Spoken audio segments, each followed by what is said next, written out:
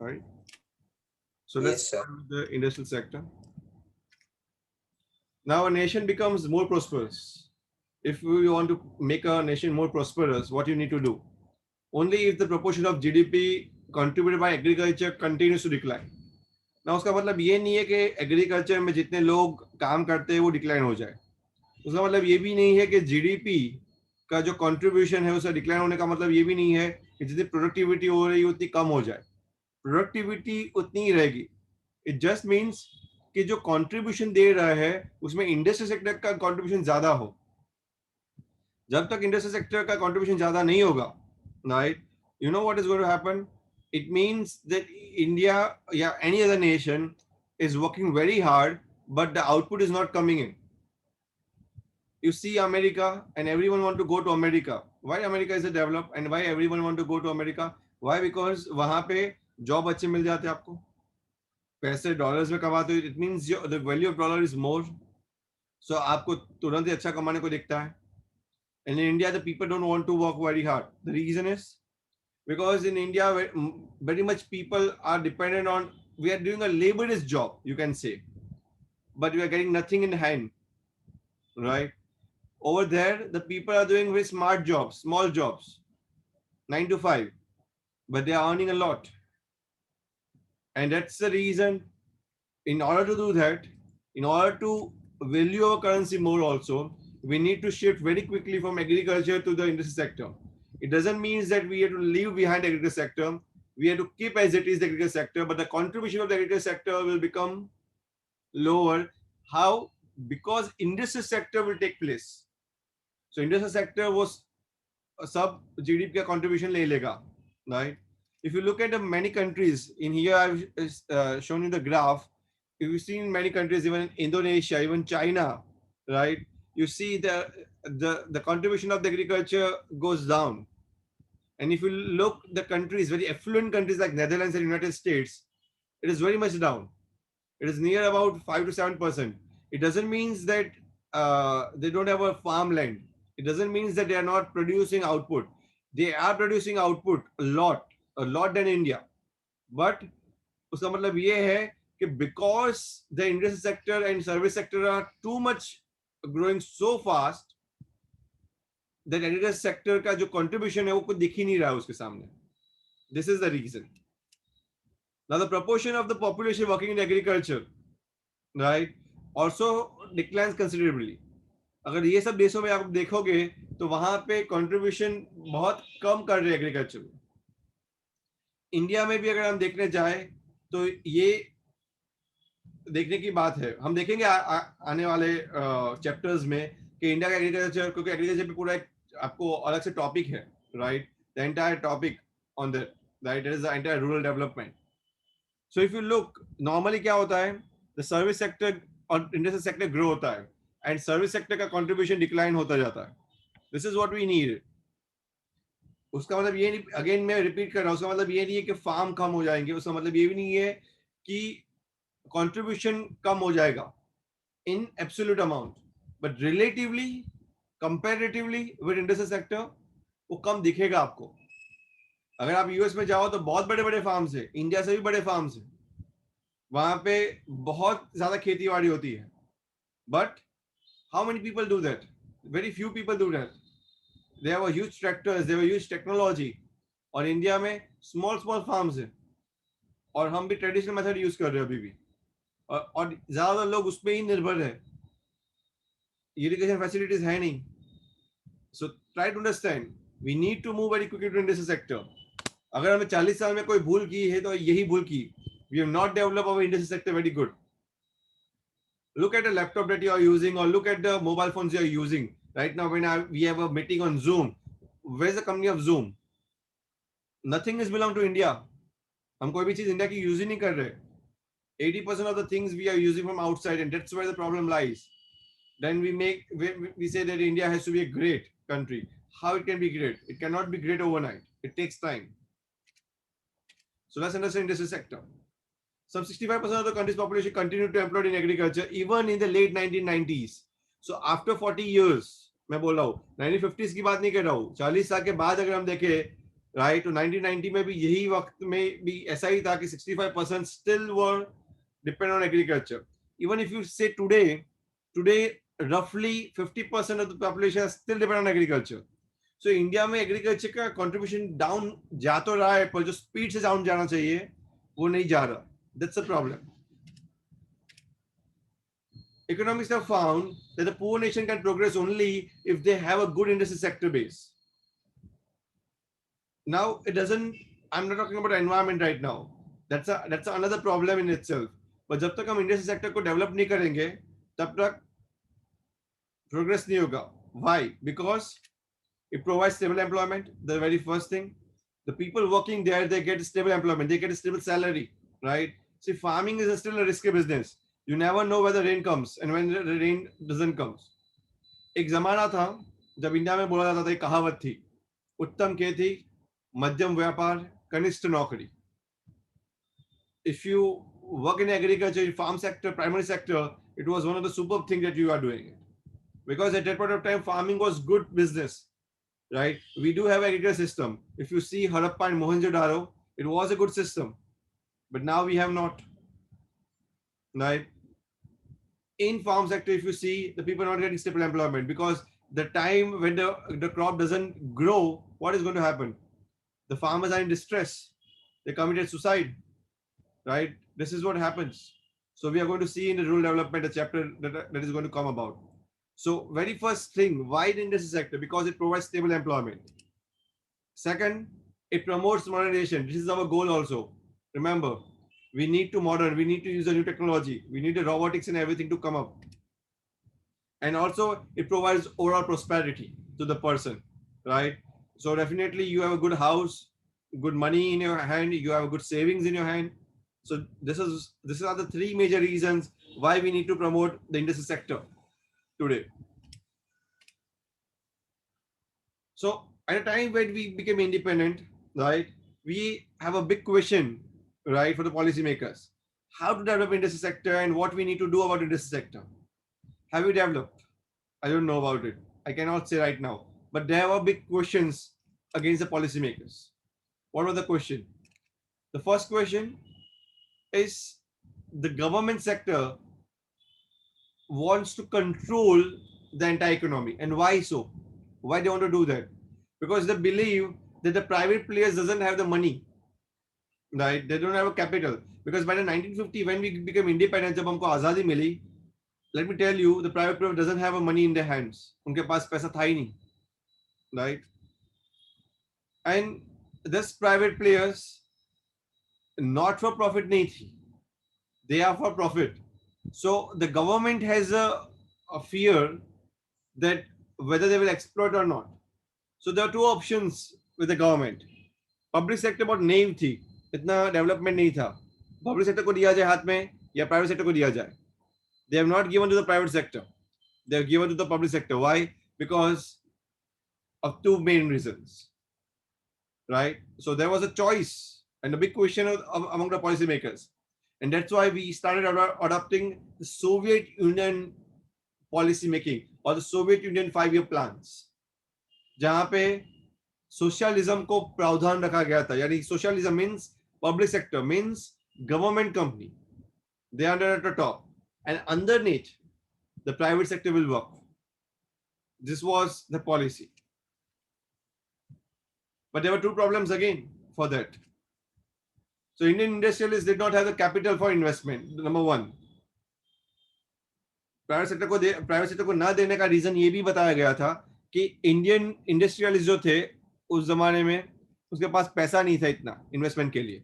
So you can say like this कि even though the government want to give, the money was not there with them and the market was not big enough.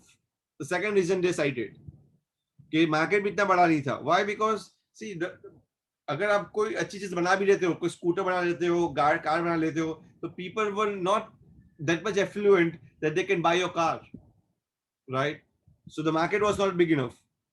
Because of these two problems, the government started giving all the industries, or you can say the government have retained the control of all the industries in their hands. They have not given them to the private sector at one go. Slowly, they have provided. Right? So the market was also not big enough so that they can undertake the major projects. And even if they take it, they might be at loss. There were the two main problems of industry sector. Because of these reasons, the state had to play an extensive role in promoting the industry sector. उसको बहुत extensive role निभाना पड़ा आगे आके, right? State यानी सरकार को. It led to the policy of the state controlling the commanding heights of the Indian economy. एक वक्त ऐसा आ गया जो स्टेट ही सब कुछ कंट्रोल कर रही थी. I can say 90% of the Indian industries from 1950 to 1990 was controlled by the state. State यानी सरकार, government. It was good or it was bad? I don't know.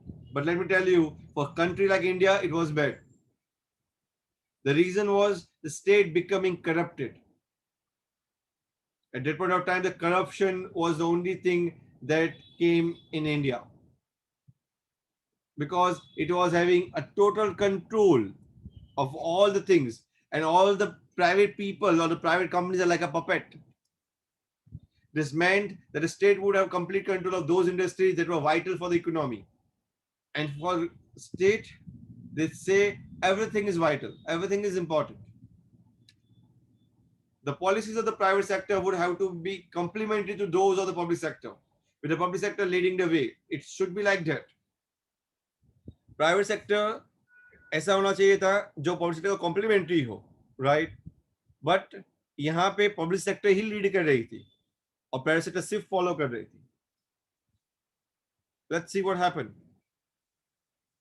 और तब आया पहले किताब industrial policy resolution. I mean दूसरी किताब, no, first not. First is 1948, Industrial Policy Resolution 1956. This was the base of the second 5-year plan also. This resolution formed the basis of the second 5-year plan. इसी से second 5-year plan की निर्माण हुआ India में. Now this Industrial Policy Resolution IPR ने industries को 3 भागों में क्लासिफाई कर दिया, राइट? ये सरकार का दस्तावेज था जिसकी मदद से ही सेकंड 5-year प्लान बना. और आपको याद होगा कि second 5-year plan Prashant Chandra Mahalanobis, the architect of Indian planning, ने बनाया था. यही रिजोल्यूशन ने इंडस्ट्री को 3 भाग में बेच दिया. पहला था कुछ ऐसी इंडस्ट्रीज जो exclusively owned by the state, सिर्फ सरकार के हाथ में रहेगी, first industry. Second, in industries in which the private sector could complement the efforts of the state, right? But state taking the sole responsibility of starting the new units. उसका मतलब यहाँ पे प्राइवेट सेक्टर को थोड़ा importance दिया गया, पर यहाँ पे भी कंपनी स्टार्ट तो कौन करती थी? सरकार यानी गवर्नमेंट. सब सरकार के हाथ में था. सेकंड इंडस्ट्रीज भी, यानी प्राइवेट सेक्टर को लाइसेंस मिले तो ही वो इंडस्ट्री स्टार्ट कर सकती थी. अगर उसको लाइसेंस ना दिया जाए तो they can never start the industries.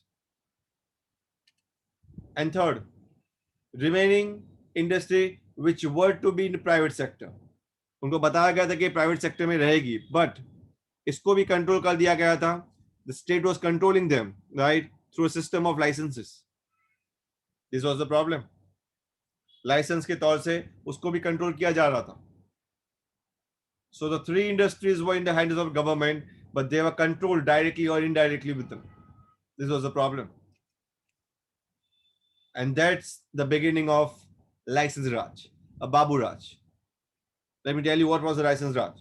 India में आज भी पता है ना आपको कि गवर्नमेंट को घूस देनी पड़ती है. घूस दिए बिना काम होता है? 100, 200, 500, 1000, 2000 रुपए आपको ऊपर से देने पड़ते हैं. Then only the work can be done, otherwise not. This was the roots. Licence Raj तभी आया इंडिया में और यही रूट्स थे. यानी सरकार के पास सब कुछ था. एक भी कंपनी अगर आपको चालू करनी हो तो सरकार के हाथ से चालू करनी पड़ती थी.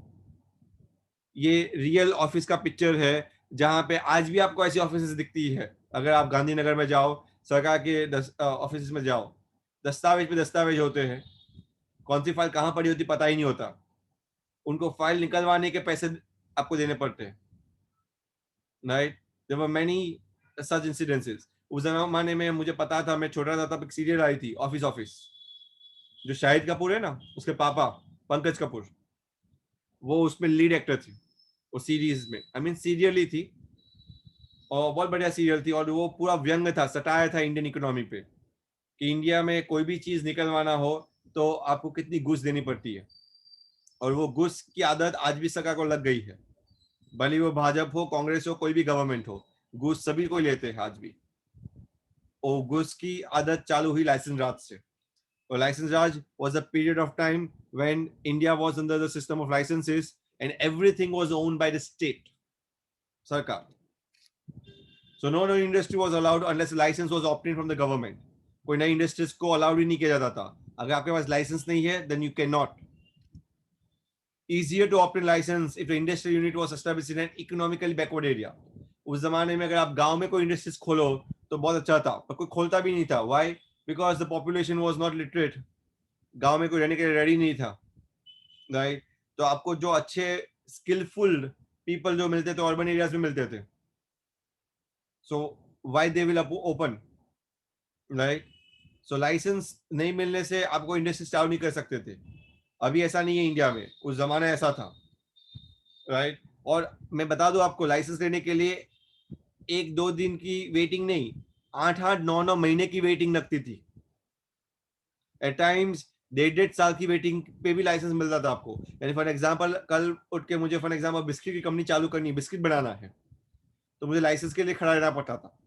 खड़ा रहने का मतलब ये नहीं है मैं डाल दूं और एक टेबल से दूसरे टेबल से तीसरे टेबल मैं डॉक्यूमेंट घूमता ही रहता था, और जितने टेबल पे डॉक्यूमेंट घूमे वो सभी अधिकारी को मुझे पैसा देने का, तो ही टेबल से आगे जाए, दूसरे टेबल पे जाए. वैसे 10 बार टेबल को घुमाने के बाद सरकार अपने आप में लेती थी, उसके बाद भी अगर आप उसको पैसा ना दो तो लाइसेंस मिलता नहीं था. This was India. और बाद में हम बोलते हैं इंडिया भ्रष्ट क्यों रह गया, तो यही कारण से भ्रष्ट रह गया. सर्टेन कंसेशंस दिए गए थे उस जमाने में.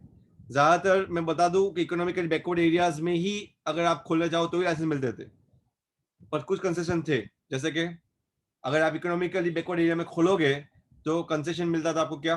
टैक्स बेनिफिट, क्योंकि सरकार टैक्स कम लेती थी आपसे. इलेक्ट्रिसिटी देती थी लो टैरिफ से, राइट? उसमें बिल भी कम लगता था. पर्पस क्या था ये सब का? लाइसेंस इकोनॉमिकल बैकवर्ड एरिया में देने का पर्पस इतना ही था कि रीजनल इक्वलिटी को प्रमोट किया जाए, क्योंकि उस जमाने में सब लोग रीजनल इक्वल नहीं थे, इनइक्वालिटी ज्यादा थी रीजनल में, यानी अर्बन एरियाज बहुत कम थे और ज्यादातर गांव ही थे. मैं आजादी हुई तब की बात बोलूं, गांधी जी ने खुद बोला है कि इंडिया गांव में बसता है, लिव्स इन विलेजेस. इंडिया में आज भी 7 लाख गांव है. कितने? 7 lakh villages even in present. हमारे पिन कोड भी इतने नहीं है हमारे पास, फिर भी गांव है. वहीं से स्टार्ट हुआ एक दूसरी तरह की industry. This is what we call small scale industry. This was a good concept by the government. In 1955, the Village and Small Scale Industries Committee, committee का नाम था Village and Small Scale Industry Committee, right? Also called curve committee, उसका दूसरा नाम है curve committee, right? उन्होंने small scale industries की रचना की. उन्होंने कमीशन में ये तय किया कि हम स्मॉल स्केल इंडस्ट्रीज इंडिया में बनाएंगे कि जिससे रूरल डेवलपमेंट हो सके, इंडिया में गांव का विकास हो सके. Now, small scale industry is defined with maximum investment allowed on the asset. जैसे आप यहाँ पे देख रहे हो, chalk industry, right? Basket making industry, you can say calcite industries. Calcite यानी जिससे आपको कैल्शियम कार्बोनेट के चीजें बनती है, right? All these industries are, you can say, small scale. Even at that point of time, you can say papad industry, papad, right? Papad गृह उद्योग, महिला गृह उद्योग चलता था. Lijjat papad, you know that? Have you heard the name of Lijjat Papad? Yes, sir. So Lijjat Papad at that point of time was a small scale industry. Now it was not a small scale industry. तो Karve committee ने small scale industry की रचना जब की, तब उन्होंने small scale industry को define भी किया. And what was the definition of small scale industry, right? At that point of time, small scale industry is defined with reference to what? Maximum investment allowed on assets. आप asset पे कितना investment कर सकते हो, उस हिसाब से उन्होंने स्मॉल स्केल इंडस्ट्री को डिफाइन किया. So that's a limit, right? उस जमाने में लिमिट क्या थी? let me tell you, this limit change over a period of time. ये लिमिट बदलती गई समय बदलते हुए, राइट? उस जमाने में अगर हम देखें 1950 में स्मॉल स्केल इंडस्ट्री में मैक्सिमम अमाउंट आप असेट में कितना डाल सकते थे? 5 लाख का असेट से आप धंधा चालू करो तो आप स्मॉल स्केल बोले जाओगे, अगर 5 लाख के ऊपर करो तो स्मॉल स्केल नहीं बोले जाओगे। सिर्फ स्मॉल स्केल को लाभ था, क्योंकि जो स्मॉल स्केल इंडस्ट्री चालू करते थे वो विलेज एरिया में चालू करते थे और सरकार उसको टैक्स बेनिफिट भी बहुत देते थे। टैक्स सोप्स, लोन मिल जाती थी सस्ते दाम में, राइट? इसका रीजन ये था कि बड़े बड़े जो प्लेयर्स थे वहां उस जमाने में, टाटा बिरला थे, तो टाटा बिरला अंबानी जो थे वो ये सब स्मॉल बिजनेस में ना आ सके, वहां पे कंपटीशन ना कर सके, क्योंकि वो लोग कंपटीशन करने लगेंगे तो क्या हो जाएगा? ये स्मॉल प्लेयर्स आउट हो जाएंगे, राइट? क्योंकि ज्यादातर ये लेबर इंटेंसिव टेक्निक होती थी, इसीलिए। और आज के जमाने में अगर हम देखें तो स्मॉल स्केल किसको बोला जाता है? मिनिमम अमाउंट आज 1 करोड़ का हो गया है। अगर आपके पास 1 करोड़ रुपए से अगर आप कोई स्टार्ट करो गांव में कोई बिजनेस, राइट, तो आप स्मॉल स्केल ही बोले जाओगे with in 1 crore. Small scale industries में मोर लेबर लेस कैपिटल। यहाँ पे आप देख सकते हो, अचार बनाने का बिजनेस स्मॉल स्केल है, ये पापड़ या खाकरा बनाने का बिजनेस स्मॉल स्केल है। तो small scale industry, the criterion of reservation being ability of these units to manufacture the goods. ये सब क्राइटेरिया इसीलिए दिया गया था क्योंकि स्मॉल स्केल विलेज एरिया में जो भी इंडस्ट्रीज नहीं आ सकती है तो वो लोग अपना अल्टरनेट एम्प्लॉयमेंट खोल सके अपार्ट फ्रॉम फार्मिंग, राइट? और वो लोग भी कुछ अपनी इनकम कमा सके। दे वर आल्सो गिवन कंसेशंस, उनको कंसेशन मिलते थे, जैसे लो एक्सेस ड्यूटी, उनको एक्सेस ड्यूटी लो लगती थी, राइट? अगर वो कोई चीज बेचते थे मार्केट में तो, and even the bank also loans them at low rate of interest. और यहाँ पे मैंने इसी लिज्जत का एग्जांपल दिया है, right? Lijjat papad, that was the example I've given. That's it for today. Tomorrow we are going to go with the trade policy, right? Not today.